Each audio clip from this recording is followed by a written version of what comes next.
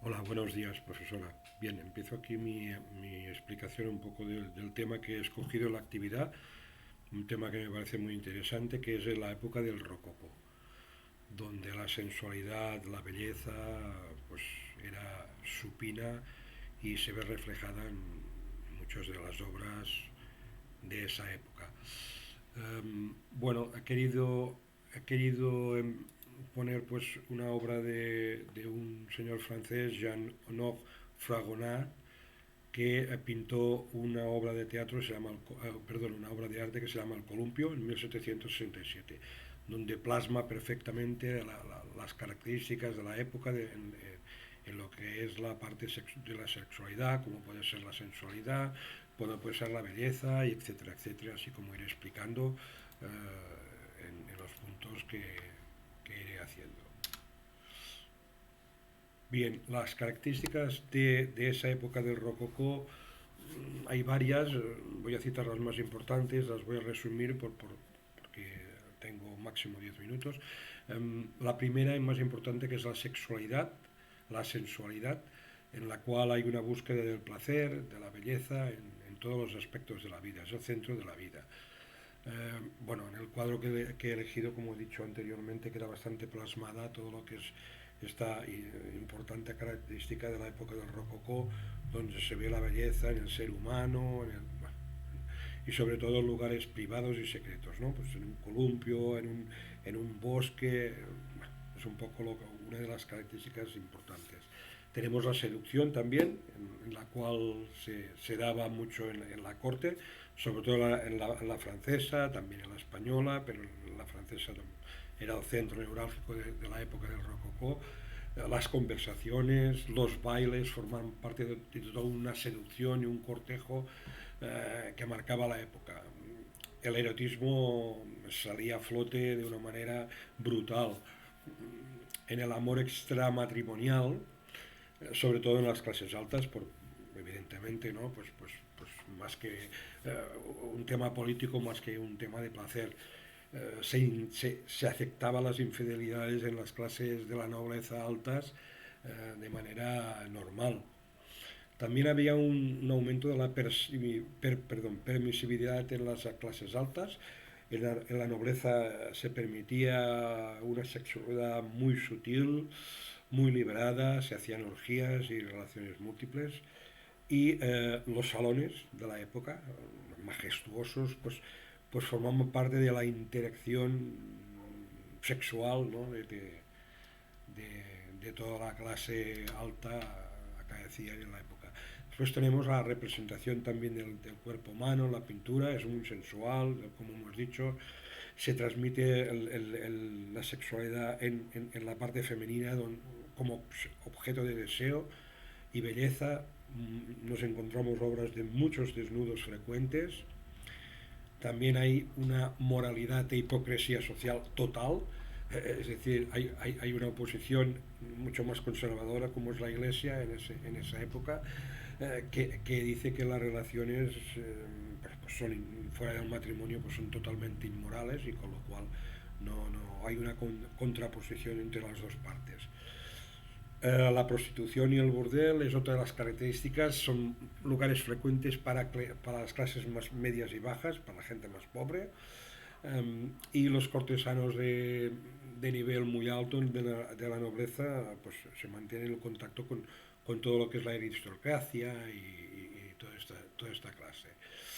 Hay una gran influencia en la literatura erótica, en la cual las obras transmiten seducción, transmiten una manipulación y una pasión y son un reflejo de la complejidad del comportamiento sexual de esa época, donde había muchos elementos poco definidos. Y en el punto que yo voy a explicar en las épocas, desde esa época hasta la actualidad, pues está el punto de la homosexualidad, ¿no? Allí sí que hay una influencia social, religiosa y legal de la época, muy conservadora, se desaproban casi todos los estamentos y en la época era evidentemente un delito muy grave, castigado con mucha severidad.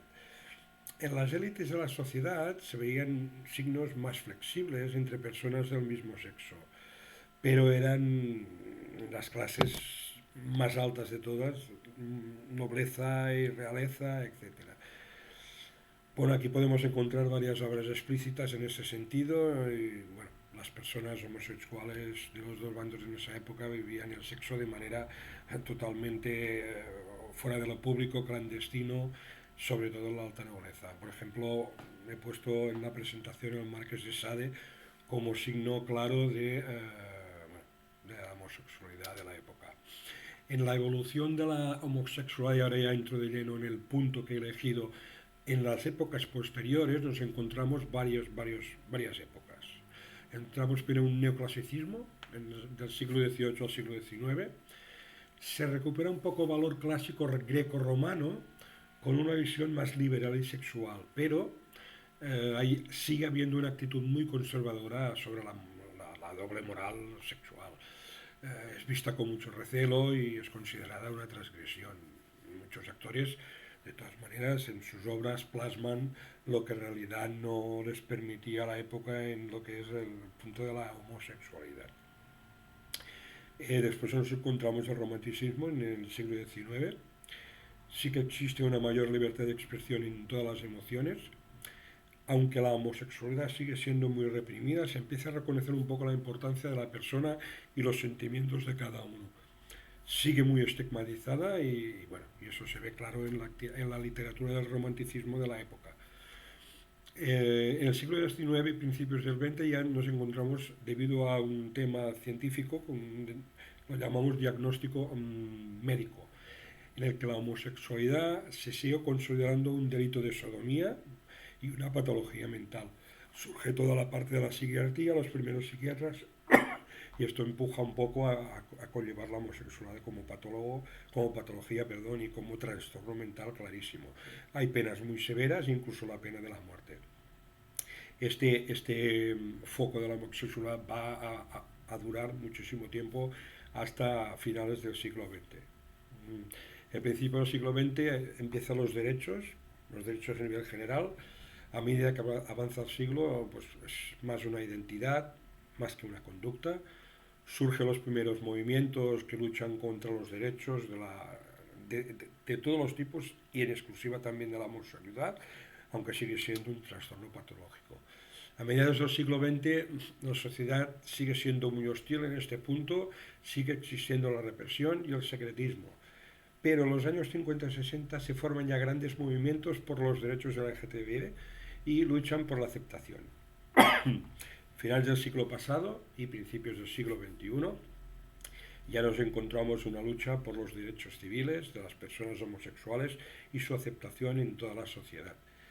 En muchos países ya se empieza a eliminar como criminalidad y se empiezan a reconocer matrimonios del mismo sexo.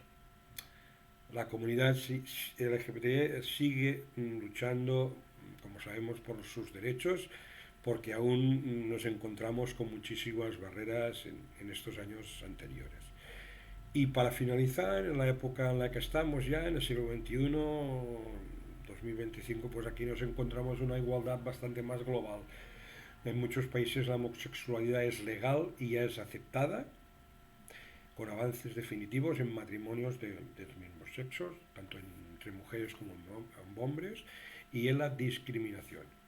Sin embargo, por otro lado, la discriminación no existe, depende del lugar y depende de los países y depende de los estatus sociales también.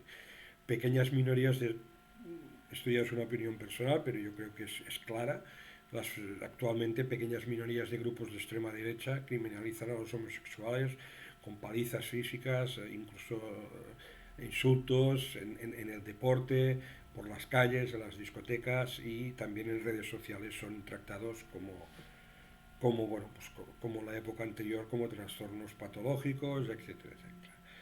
Y más que nada, un poco, no mucho más por el tema del tiempo, pero sería un poco lo que el resumen del punto de la homosexualidad desde la época que elegí con el rococó y el columpio hasta la actualidad.